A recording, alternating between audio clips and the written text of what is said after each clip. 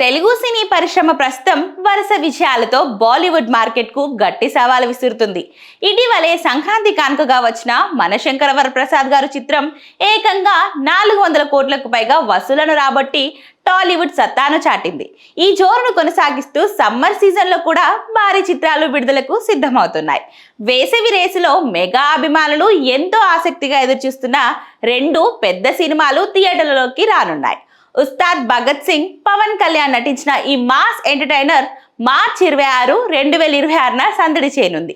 అలాగే Vishwambhara megastar Chiranjeevi social fantasy చిత్రం మే నెలలో ప్రేక్షకుల ముందుకు రాబోతుంది.